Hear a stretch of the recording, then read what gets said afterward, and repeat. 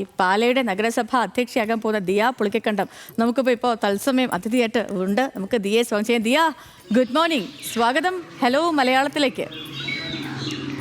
Good morning. അഭിനന്ദനങ്ങൾ. Good morning. Good morning. Thank you so much.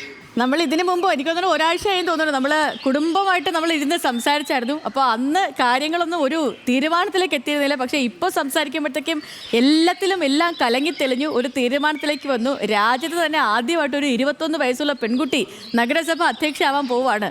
എന്താണിപ്പോൾ തോന്നുന്ന കാര്യം? എന്താ ഫീൽ ചെയ്യുന്നത്? എന്താ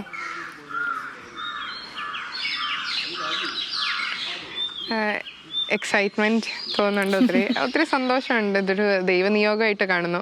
ഇതൊരു വലിയ റെസ്പോൺസിബിലിറ്റിയാണ്. അപ്പം ഇത് ദൈവനിയോഗം അത് ഏറ്റവും നന്നായിട്ട് നിറവേറ്റാൻ കഴിയട്ടെ എന്ന് ഞാൻ പ്രാർത്ഥിക്കുന്നു. ഓക്കെ. ഇപ്പം വീട്ടിലിപ്പം ദിയെ സംബന്ധിച്ചിടത്തോളം ജനിച്ച കാലം തൊട്ട് തന്നെ പൊളിറ്റിക്സ് കണ്ട് വളർന്ന ഒരാളാണ്.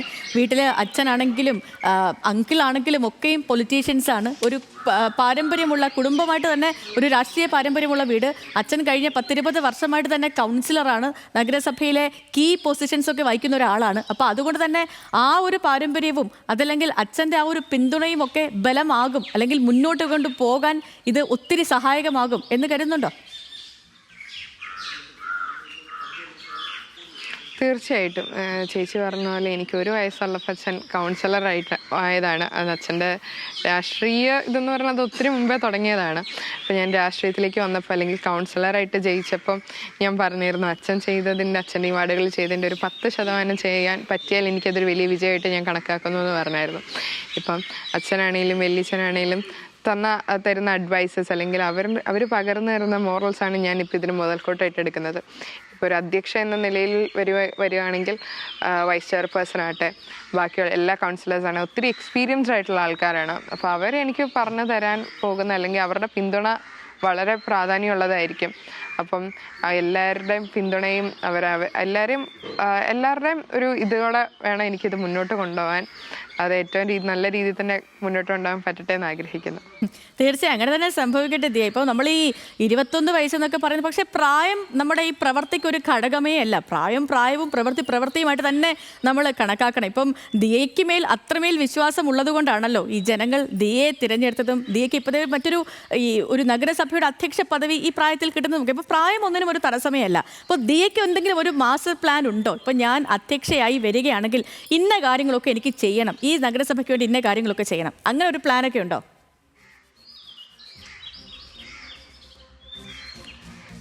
അത് തന്നെ ഞാൻ പറയട്ടെ. ചേച്ചി പറഞ്ഞ പ്രായം ഒരു വലിയ ഘടകമല്ല. ഒരു പരിചയക്കുറവ് നമുക്ക് 21 വയസ്സിൽ കാണാൻ ചാൻസ് ഉണ്ട്. പക്ഷെ എന്നെ സംബന്ധിച്ചിടത്തോളം ഞാൻ പറയുകയാണെങ്കിൽ പ്രായം എന്തും ആയിക്കോട്ടെ, ആൾക്കാർക്ക് വേണ്ടി എന്തൊക്കെ ചെയ്യാൻ നമ്മൾ തയ്യാറാണ്. അത് എത്രത്തോളം തന്നെ നമ്മൾ സ്ട്രോങ് ആയിട്ട് നമ്മളെ നിലപാടിൽ നമ്മൾ ഉറച്ചു നിൽക്കും, അത് എത്രത്തോളം നന്നായിട്ട് മുന്നോട്ട് കൊണ്ടുപോകാൻ പറ്റും. അത് 21 വയസ്സിലാണ്, 40, 60 വയസ്സിലേക്ക് അത് ഏറ്റവും നമ്മുടെ ബെസ്റ്റായിട്ട് നമ്മൾ ചെയ്യാൻ പറ്റുന്നുണ്ടോ, ചെയ്യുമോ എന്നതിലാണ് കുറച്ചുകൂടെ കാര്യമെന്ന് ഞാൻ വിശ്വസിക്കുന്നു. പല നഗരസഭ എടുക്കുകയാണെങ്കിൽ എൻ്റെ പേഴ്സണലായിട്ടുള്ള വാർഡുകളിലേക്ക് എനിക്ക് പല പ്ലാൻസ് ഉണ്ട്. നഗരസഭ ആസ് എ ഹോൾ എടുക്കുകയാണെങ്കിൽ ആദ്യം തന്നെ നമുക്ക് മുടങ്ങിപ്പോയ കുറേ അല്ലെങ്കിൽ പകുതി വച്ച് നിർത്തിയ കുറേ പ്രോജക്ട്സ് ഉള്ളൊരു മുനിസിപ്പാലിറ്റിയാണ്. അതൊക്കെ ഒന്ന് പൊടി തട്ടിയെടുത്ത് അതിൻ്റെ ബാക്കി എന്താണെന്നൊന്ന് ചിന്തിക്കണം, അല്ലെങ്കിൽ പുതിയ പ്ലാൻസിന് തുടക്കമിടണം. അതിനൊരു നല്ലൊരു അടിത്തറയിട്ട് നാളുകളിൽ വരുന്ന അധ്യക്ഷന്മാർക്ക് അത് കുറച്ചുകൂടെ നന്നായിട്ട് കൈകാര്യം ചെയ്യാൻ പറ്റണം. അവിടുത്തെ സാമ്പത്തിക നമ്മുടെ ഇൻകം ആട്ടെ, നമ്മുടെ എക്സ്പെൻസ് ആട്ടെ, അതൊക്കെ ഒന്നുകൂടെ പഠിച്ച് നമ്മളുടെ ഇൻകം ഒന്ന് വർദ്ധിപ്പിക്കണം എന്ന് ആഗ്രഹമുണ്ട്.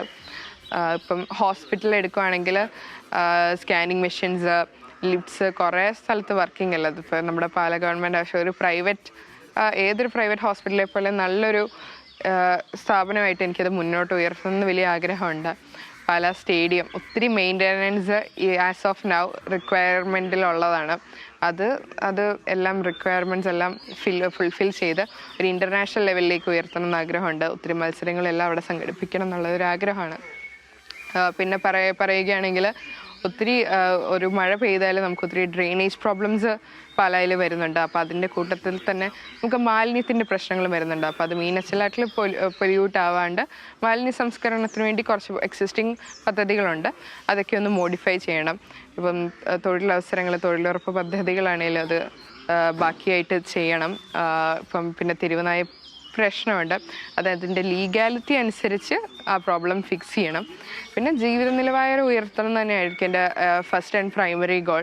ഇപ്പം ദാരിദ്ര്യം വളരെ കുറവുള്ളൊരു സ്ഥലമാണ് പാല. അപ്പോൾ നമ്മൾ കേരളം അല്ലെങ്കിൽ ഇന്ത്യ വെച്ച് നോക്കുമ്പോൾ കോട്ടയം പാലയൊക്കെ ഏറ്റവും ദാരിദ്ര്യം കുറവുള്ളൊരു മേഖലയാണ്.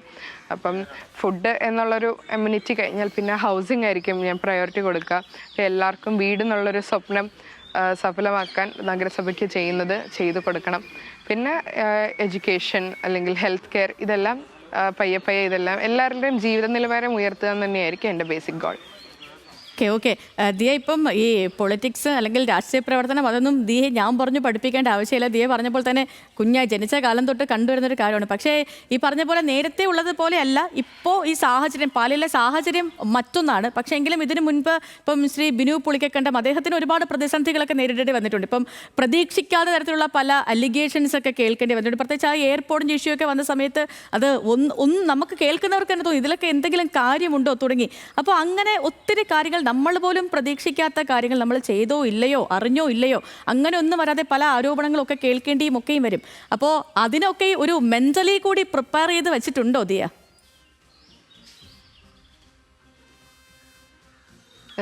ചേച്ചി പറഞ്ഞാൽ ഇപ്പം ഞാൻ ഇലക്ഷനിലേക്ക് വന്നപ്പോഴാണേലും ഞാൻ സോഷ്യൽ മീഡിയയിൽ നിന്ന് ഒത്തിരി ഞാനത് അങ്ങോട്ട് കയറി ചെന്നില്ല. കാരണം ഒത്തിരി നെഗറ്റീവായിട്ടുള്ള comments is very fine. Like I am very open to criticism. ഒരു പൊളിറ്റീഷ്യൻ ആണെങ്കിലും ക്രിറ്റിസിസം എപ്പോഴും വെൽക്കം ചെയ്യണമെന്ന് വിശ്വസിക്കുന്ന ഒരാളാണ് ഞാൻ. പക്ഷെ അതൊരു മോശം രീതിയിൽ എന്ന് പറഞ്ഞൊരു വൾഗറായിട്ടുള്ളൊരു രീതിയിൽ പോകുമ്പോൾ അത് ആൾക്കാരുടെ ഒരു മെച്യൂരിറ്റി ലെവൽ ഇത്രയും താഴ്ന്നു പോകുന്നതെന്ന് എനിക്ക് തോന്നിയൊരു സങ്കടം തോന്നിയിരുന്നു. നമ്മൾ കാര്യങ്ങൾ പറയുമ്പോൾ അതൊരു നല്ല രീതിയിൽ അത് സംസാരിക്കണമെന്ന് ഞാൻ വിശ്വസിക്കുന്ന ഒരാളാണ് ഞാൻ. അല്ലാണ്ട് അതൊരു വൾഗാരിറ്റി അതിൽ ഉൾപ്പെടുത്താതെ സംസാരിക്കണമെന്ന് വിശ്വസിക്കുന്ന ഒരാളാണ് ഞാൻ. അപ്പം ഉറപ്പായിട്ട് അലിഗേഷൻസ് വരും, ഒത്തിരി പ്രശ്നങ്ങൾ വരും. ഇതൊക്കെ പൊളിറ്റിക്സിൽ ഉണ്ടാകും എന്നുള്ള അറിവും അതെല്ലാം വെൽക്കം ചെയ്യാൻ അല്ലെങ്കിൽ അതെല്ലാം നേരിടാൻ ഉള്ളൊരു മനസ്സോടെയാണ് ഞാനിപ്പോൾ തയ്യാറെടുത്ത് നിന്നിരിക്കുന്നത്. അതൊരു എന്താ പറയുക, ഒരു സ്ട്രോങ് മൈൻഡ് വേണം. അതാണെങ്കിൽ ഇപ്പം പ്രശ്നങ്ങൾ വന്നാൽ അതിനെ അതിജീവിച്ചല്ല, അത് തളർന്നു പോകരുതെന്ന് വിശ്വസിക്കുന്ന ഒരാളാണ് ഞാൻ. അപ്പൊ അതിപ്പോ എനിക്ക് ചെയ്യാൻ പറ്റട്ടെ എന്ന് ഞാൻ ആഗ്രഹിക്കുന്നു. അങ്ങനെ തന്നെ വരട്ടെ. കാരണം നമ്മൾ പ്രതിസന്ധികളിൽ തളരാൻ പാടില്ലല്ലോ. ദിയ, ഇപ്പോൾ ദിവസങ്ങൾ നീണ്ട ചർച്ചകൾക്കൊക്കെ ശേഷമാണ് ശ്രീ ബിനു പുളിക്കക്കണ്ടം UDF-ന് പിന്തുണ പ്രഖ്യാപിച്ചത്. ഇപ്പോൾ മറ്റ് നേതാക്കളൊക്കെ അവിടെ എത്തി ദിയയുമായിട്ട് സംസാരിച്ചിരുന്നോ?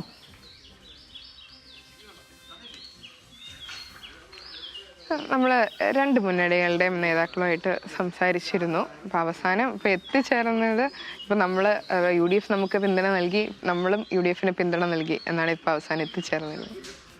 അല്ല, ഞാൻ ചോദിച്ചത് മറ്റ് നേതാക്കൾ ഇപ്പോൾ UDF-ന്റെ തന്നെ മുതിർന്ന നേതാക്കളൊക്കെ വന്ന് ദിയയുമായിട്ട് സംസാരിച്ചിരുന്നു, അവരെന്താ പറയുന്നതെന്നായിരുന്നു? ഞങ്ങൾ സംസാരിച്ചിരുന്ന കാര്യങ്ങൾ ഞാനിപ്പോൾ ഇവിടെ വെളിയിൽ പറയുന്നില്ല. പക്ഷേ ഉറപ്പായിട്ടും എല്ലാവരുമായിട്ടും സംസാരിച്ചിരുന്നു. ഓക്കെ ദിയ, ഇനിയിപ്പം ഈ പഠനം ഒരു വശത്ത് പഠനം നടക്കുന്നുണ്ട്, ഇനിയിപ്പോൾ ഉപരിപഠനങ്ങളിലേക്ക് പോകണമെന്നുള്ള ആഗ്രഹമുണ്ട്. എനിക്ക് തോന്നുന്നു ഇപ്പോൾ ദിയയ്ക്ക് അന്ന് പറഞ്ഞതുപോലെ MBA ചെയ്യണമെന്നുള്ള ആഗ്രഹമൊക്കെ ദിയയ്ക്കുണ്ട്. അപ്പോൾ ഡിസ്റ്റൻസ് ആയിട്ട് അത് ചെയ്യണമെങ്കിൽ പോലും ഒരു വലിയ ഉത്തരവാദിത്തം അല്ലേ? ഇപ്പം ഒരു നഗരസഭയുടെ ചെയർപേഴ്സൺ എന്നൊക്കെ പറയുന്ന ഒരു വലിയ ഉത്തരവാദിത്തമാണ്. ഒരു നാടിൻ്റെ തന്നെ മൊത്തം ഭരണം കയ്യിൽ വരുന്ന ഒരു സമയമാണ്. അപ്പം ഇത് രണ്ടും കൂടെയൊക്കെ എങ്ങനെ കൊണ്ടുപോകാൻ പറ്റും, അങ്ങനെയൊക്കെ തോന്നുന്നുണ്ടോ? ചേച്ചി പറഞ്ഞത് അതൊരു വലിയൊരു റെസ്പോൺസിബിലിറ്റിയാണ്. ഞാനിപ്പോൾ ഡിഗ്രി എക്കണോമിക്സ് ആണ് കഴിഞ്ഞത്. ഞാൻ മദ്രാസ് ക്രിസ്ത്യൻ കോളേജിൽ നിന്ന് ഡിഗ്രി കംപ്ലീറ്റ് ചെയ്തേക്കുവാണ്. MBA എടുക്കണം എന്നുള്ളൊരു ആഗ്രഹം ഞാൻ കൗൺസിലറായിരുന്നപ്പോൾ പറഞ്ഞു. അതിപ്പോഴും ഞാൻ പറയുന്നത് MBA എടുക്കണം. അതിപ്പോൾ ഒരു അധ്യക്ഷയാവുകയാണെങ്കിൽ അത് കുറച്ചുകൂടെ മുന്നോട്ട് പോകും. അതൊരു റിയാലിറ്റിയാണ്. MBA എടുക്കാനുള്ള ഒരു സമയത്ത് കുറച്ചുകൂടെ മുന്നോട്ട് പോകും. കാരണം എന്തായാലും അത് ഓൺലൈനായിട്ടായിരിക്കും ചെയ്യുന്നത്. അതിപ്പോൾ ചെയ്യാൻ അതിൻ്റെ പരിമിതികളുണ്ടെങ്കിലും അത് പിന്നീട് ചെയ്യണം എന്നുള്ളത് എൻ്റെ ഒരു പേഴ്സണൽ ആയിട്ടുള്ള ഒരു ആഗ്രഹമാണ് ഇപ്പോൾ. പക്ഷെ എൻ്റെ ടോപ്പ് പ്രയോറിറ്റി ഒബ്വിയസ്ലി ഈ നഗരസഭയായിരിക്കും. കാരണം ഈ ജനങ്ങൾ ജയിപ്പിച്ചു വിട്ടു, അല്ലെങ്കിൽ എന്നെ ഇപ്പോൾ അധ്യക്ഷ സ്ഥാനത്തിലേക്ക് തിരഞ്ഞെടുക്കാൻ ഇപ്പോൾ ഈ കൗൺസിലേഴ്സ് ഒരുമിച്ച് തീരുമാനിച്ചു. ആ തീരുമാനം, അതിനോട് നീതി പുലർത്തണം. ഇതൊരു ദൈവനിയോഗമായിട്ട് കാണുന്ന ഈ ഒരു അവസരം അത് ഏറ്റവും നല്ല രീതിയിൽ ഫുൾഫിൽ ചെയ്യണമെന്ന് തന്നെയായിരിക്കും എൻ്റെ ഫസ്റ്റ് ഗോൾ. ബാക്കിയെല്ലാം അതിൻ്റെ പുറകെ പയ്യെ. ഓക്കെ, ഇപ്പം മത്സരിക്കാൻ ഇറങ്ങുന്ന ഘട്ടം കഴിഞ്ഞു, മത്സരിച്ചു, ആ ഘട്ടം കഴിഞ്ഞു, ജയിച്ചു, ആ ഘട്ടം കഴിഞ്ഞു, ഇപ്പോൾ അതേ ചെയർപേഴ്സൺ ആവാൻ പോവാണ്, നഗരസഭയുടെ അധ്യക്ഷയാവാൻ പോവാണ്. അപ്പം ഫ്രണ്ട്സൊക്കെ എന്താ പറയണേ? ഫ്രണ്ട്സും കസിൻസും അവരൊക്കെ എന്താ പറയുന്നത്?